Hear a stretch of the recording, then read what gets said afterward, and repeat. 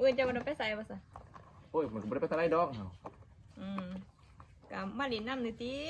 จะนอนน้ำเราเด้เหมือนนะคืนนึง ตอนนั้นนอนนำกัน นอนคนละขางบ่แต่มาซุกอยู่ทั้งกลาง บ่เอาสบายดีเนาะทุกคนเนาะมื้อนี้ก็มาหาสาวเค็มอีก แต่ว่ามื้อนี้เบาสุกมานับมื้อนี้กูเถื่อค่อยมากสุดนะค่อยมาผู้เดียวค่อย2-3เถื่อล่ะฝนตกก็มาเลยมื้อน่ะ เอ้ยดุนะบ่ดุ ดูแลน้องเสี่ยวคอยได้นะคอยแหกเสี่ยวกับเราล่ะ เอ้ยผิดไปเลยอีนายนี่ เหรอ เป็นผิดตัวเดย์ แหกเสี่ยวกับเราแล้วก็เลยมาหาเหรียญน้ำเราส่วนจะมาจะบ่มาได้เหมือนนะแต่ว่า จิรุเทียมาคู่มือเอ้ย แต่ว่ามื้อนี้เพิ่นมานับเลยทุกคนเอ้ยเพิ่นแต่งโตวรอมาเด้อมื้อนี้ โอ้อาการหอนโอ้มันแดดนี่นะมาแล้ว มื้อนี้แดดแล้วทุกคนเอ้ยพ่อ เป็นคนตกไอ้อยากมา สุดน่ะคอยมาฝนตกลิ้นแล้วก็เลยนอนค้างคืนเฮือนเพิ่นคืนนึงมื้อนะ โอ้จะเป็นคนเพียกมา แต่มามื้อนี้มาหาเพิ่นอยู่หาดพุ่นล่ะทุกคนเอ้ยเพิ่นขายเครื่องอยู่ทางไหนพ่อ เอ้ยมือวันจันทร์เราไปอยู่เพื่อนดอกอีนายนี่ มื้อนี้วันศุกร์ติ วันจันทร์วันศุกร์เราไปอยู่เพื่อนดอกเรามา เออ เดี๋ยว เป็นคลายเครื่อง ไปเขาไปหาเพิ่น คนลายนะ ฮะคนหลายหลายแล้วเนาะนั่นน่ะหน่อยนักเขียนพอเพิ่นมาซื้อเครื่องซื้อของไปเขาไปหาเพิ่น เอ้ยมันฟังงาน แต่ผู้สาวนักเขียน ทุกคนได้ใครเชียงกันอ่ะ เพิ่นยังคลายเครื่องลูกค้าเพิ่นนางทาเพิ่น ทำไมใครเชียงแบบนี้ สมัยยิ้มเลอะอยู่ โอ้ยยิ้มจะสาว ยิ้มใส่ผู้สาวป้าผู้ยิ้มผู้สาวงามๆเห็นผู้สาวบ่ได้ยิ้มใส่ ยิ้มจะซื้อดอกไม่ได้ซื้อไปหาย บ่ เด้อ ยิ้มใส่ โอ้ ซื่อ เป็นใครเชียงนะโอ้เขามาซื้อ เห็นผู้สาวนี่ยิ้มเลยเนาะ ก็ยิ้มมาแล้วเป็นอาบูชัยคือแล้ว ว่าสุกนี่เป็นยังคลายเครื่องอยู่ทุกคนเลยในเพิ่นคลายแล้วปวด เหลือเบียร์งานเทียมข้าวดิน บ่แล้วเวียกละบ่ ก็ยังดอกแต่ว่าโอ้มันวางกับอะไร เปิดกับท่านแล้วทุกคนเอ้ยเพิ่นเกี่ยวเขาเพราะว่าฝนกำลังเศร้าตกแต่มื้อใดอีกสิลงเกี่ยวนี่ โอ้มันแดดคักแล้ว มันได้คักๆกูบ่ถามแดกคักๆก่อนเนาะ มันใครเชียง นั่งทาเพิ่นคลายเครื่องท่านน่ะเพิ่นคลายแต่วันจันทร์หอมวันศุกร์เนาะอาทิตย์วันเสาร์เพิ่นก็พัก โอ้ยอันนั้น เจ้าคือบ่ถามมาวันเสาร์ อุปนา วันเสาร์เด้เจนได้อยู่2 ต่อ เฮ้ยได้ยัง2 2ต่อ2แหละมันจะขาดมาอีก4คนหลายเด้ 2แล้วกระยาแล้วมันผลิตสิ บ่ ไอ้เขากินขนมกัน ไปขอติล่ะสาวสิให้กินบ่ สื่อหน้าแม่ เออ โอ๊ยก็เลยลูกค้ากับพ่อเบิร์ด แต่ เป็น เพิ่นเคินจะบ่แล้วเจ้าไปยิ้มใส่เรา เอ้ยบ่ยิ้มเช่นได้นะ ไปยิ้มใส่ผู้สาวสำน้อยจะเคินแหละยังคลายเครื่องนางทาเพิ่น โอ้ยเขากำลังลงมาแต่โอ้ผมโอ้มีแต่ซานักเรียนนะ บ่ลูกค้าเพิ่นลังมาลายเลยทุกคนเอ้ยพ่อนิดหน่อยนักเขียนเพิ่นลังมาล่ะบ่าวสุกเราก็โอ้ยมีแห้งแล้วนางเบิ่งผู้สาว เป็นแนม นางเบิ่งผู้สาวนักเขียน แล้วก็นั่งเบิ้งแล้ว บ่ เอ้ย เป็นผู้สาวเคิน ไม่ได้เกินดอกแต่ตามไปบ่ล่ะ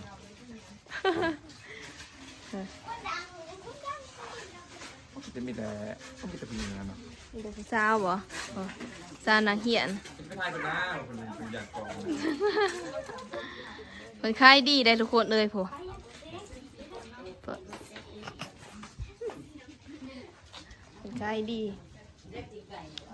นั่งทาก่อนเนาะ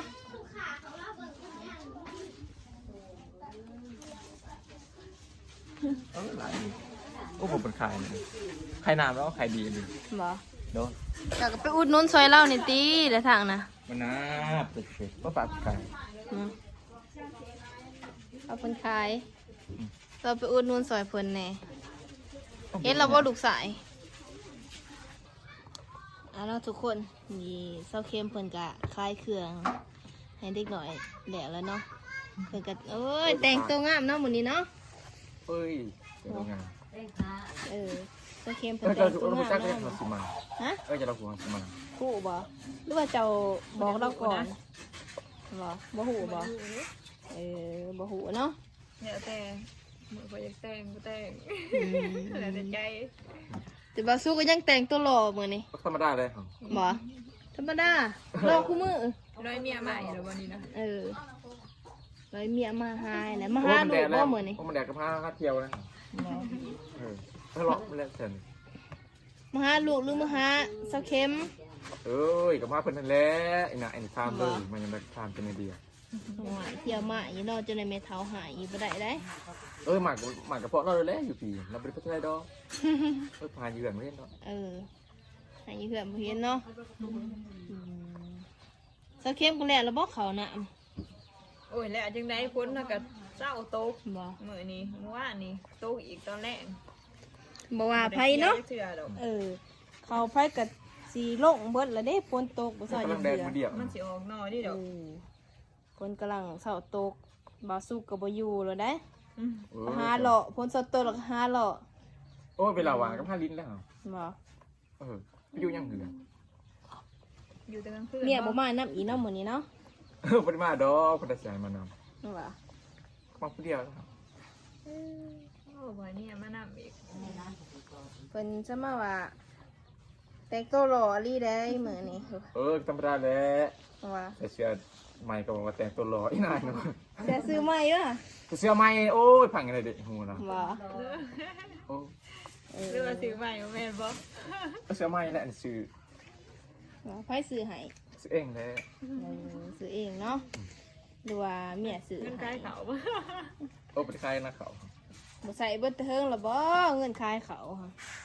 อืมเบิดแล้วแม่นเอาไปแจกสาวหน่อยแล้วบ่ บานา สาวน้อยแห่งหลายสำเนาะ อืม โอ้ยบานาอีนายนี่มาเดียวโอ้ยคนตัวกันยังมา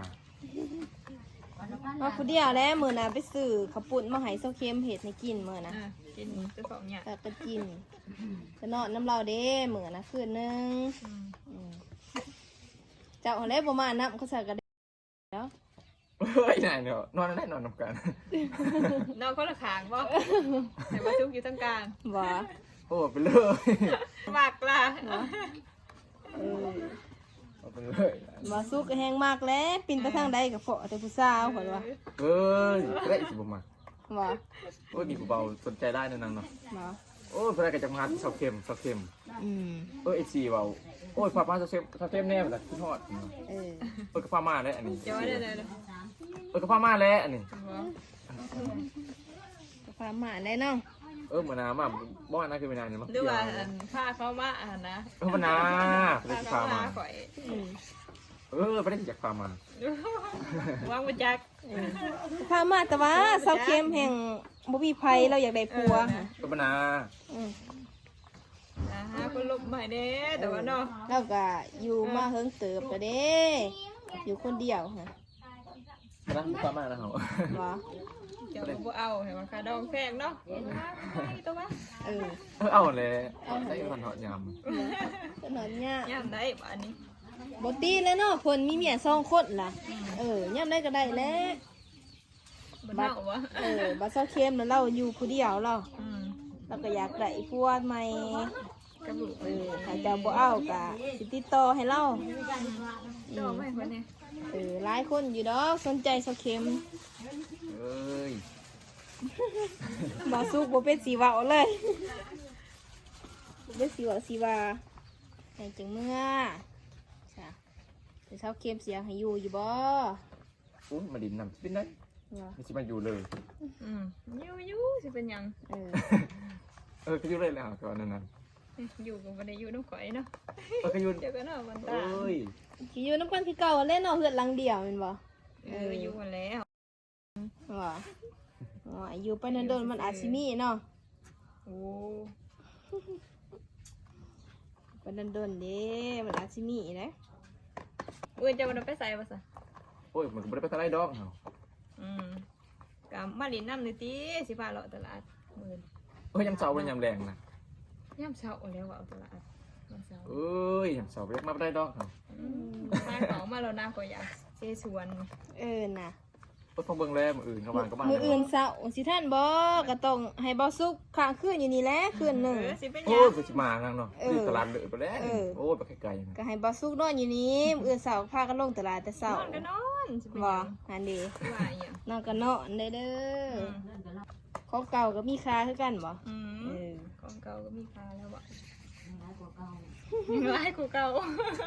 โอ้ยเขาก็เว้าโอ้ยมันลายของเขา เต่าแหงเว้าคันสั่นเบาสุกก็สิบ่ได้เมื่อแล้วนี่เนาะ กันแล้วเบิ่งนี่แหละน่ะ ให้นอนอยู่นี่คืนหนึงมื้ออื่น คัน เช้า มีเวียกก็เมื่อแล้วคันบ่มีเวียกก็บ่ได้เมื่อดอก บ่มีบ่ละเวียกเฮาว่าบ่ทันมีเวียก มื้อนี้บ่มีดอกมื้อนี้ มื้ออื่นน่ะเด้ก็นอนเนาะมื้ออื่นก็ลงตลาดแต่เช้าก็เมื่อลงตลาดแล้ว หาเมีย เผามือหาเมียบ่อยู่นำกันคุมื้อก็ ก็บ่ได้พาดอกก็เหมือนบ้านเฮานี่เอ้ยวิวยังลายเด็กกระดอกเมื่อมาก็เมื่อแล้วนี่สิบ้านตัวเองนั่น บ่แฮงคือคักเนาะ ก็เมียปล่อยเว้นนี่นะ ปล่อยกับไปเลยแล้ว ปล่อย สิไปไสบ่แม่นบ้านเจ้าพุ่นเลย ปล่อยมาหาขออีกซะละบัดนี้ ปล่อยกับไปเลยแล้วไปได้ก็ไปแล้ว ใส่ก็ไป จะนอนก็นั้นจะที่เขาให้นะ เมื่อกี้เข้าล่ะแน่ อันเดล่ะซื้อลูกศิษย์สอนเป็นหยัง